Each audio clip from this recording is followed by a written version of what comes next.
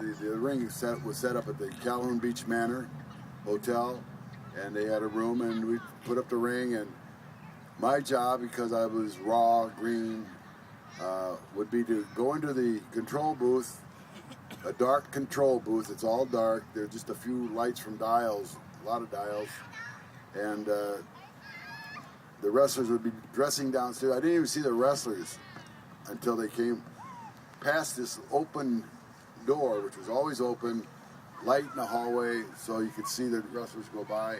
And they went through another door into the, it's not really an arena, it's just a small... The ring. Ring. They get in the ring, boom.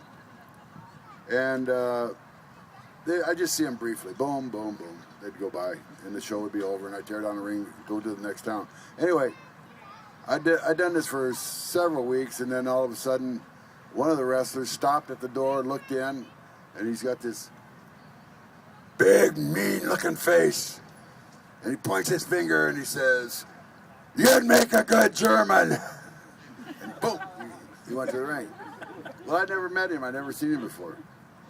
And the next week... Did he scare you? He scared me, yeah. I thought, whoa, who's this? Why is he pointing his finger at me? So I cowered back further into the darkness. So anyway, the next week, the same thing happened. This face looked at me. "You'd make a good German." Boom, he left. Well, this happened 3 or 4 times, and finally I got up enough courage to answer him back. So when he said, "You'd make a good German," I said, "Well, I am German." Yeah, and so what had happened is Maurice Mad Dog Vachon had been flying in and just doing TV, and then he'd leave, and they were what we call getting him over on TV, getting the people to know him. And right after the last event where he looked into the control booth, I was on the card with him, and he's talked to me in the dressing room. He says, I'm serious about you being a good German, and if you want to come up to Montreal, I'd like you to be my partner this summer. So anyway, he says, yeah, you'd make a good German. And then we talked some more, and probably in a car ride, he says, I've got the name for you. I've got the name for you. He's a very dramatic fella. Anyway, he looked at me, he says, Baron Von Pumpkin. And I said, Baron Von Pumpkin? He says, yes, that's a great name for you. That'd be great. So, I thought about it. I even talked to Wally Carbo about it. He says, no.